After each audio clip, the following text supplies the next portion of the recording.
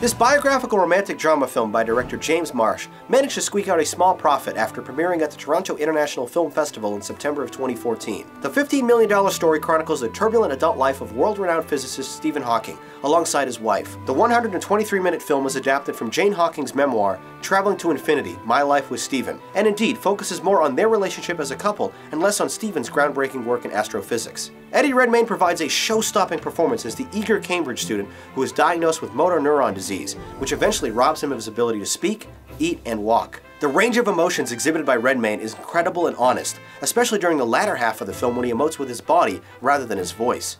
He was so convincing, in fact, that his real-life counterpart reportedly admitted to thinking he was watching himself at certain points. It's more than just a spot-on impersonation, though. Redmayne imbues the role with real heart, bringing the audience along for an emotional experience. Felicity Jones is equally remarkable as a steadfast and patient wife, who endures more pain and hardship than anyone could have asked. She is cautioned early by a concerned family member who says, "This will not be a fight. This is going to be a very heavy defeat." Are you going to talk about this or not? Please, will you just go? Is that what you want? Yes, it is what I want, so please, if you care about me at all, then please just go. I can't. I have 2 years to live. I need to work. I love you.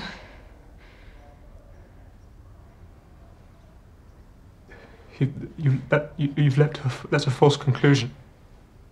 I want us to be together for as long as we've got, and if that's not very long, well then that's just how it is. It'll have to do. You don't know what's coming. It'll affect everything. As with any biopic, the narrative sort of meanders from one disconnected milestone to the next, with numerous supporting players popping in and out as required.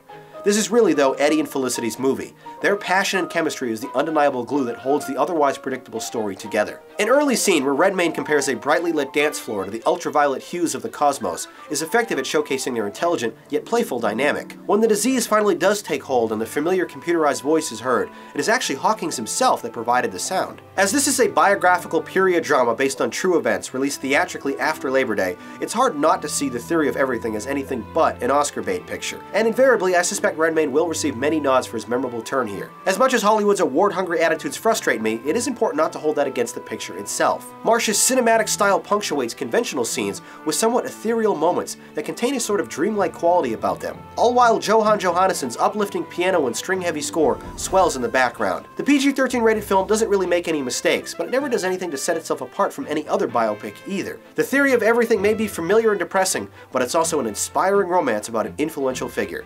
And here's what you had to say about it in the YouTube comments.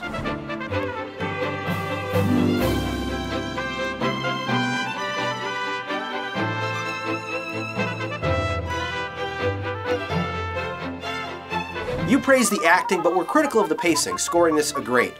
Brilliant performances here, but they're hampered by a rather unoriginal package. I thought it was cool.